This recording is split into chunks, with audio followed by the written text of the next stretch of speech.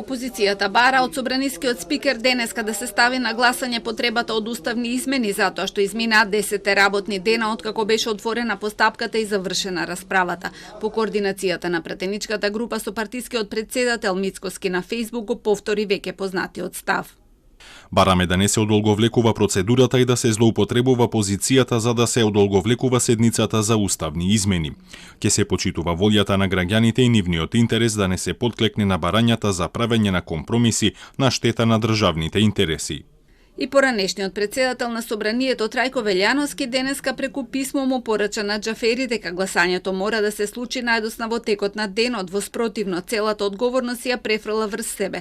Прави лоша практика, се става на сите пратеници и го урива политичкиот систем. Но собранискиот спикер нема намера да го послуша. Од неговиот кабинет се одговорија дека Џафери веќе го кажал својот став за ова прашање. На последната пресконференција тој рече дека ќе ја свика седницата кога ќе се обезбеди двотретинско мнозинство. Со истиот став е и премиерот.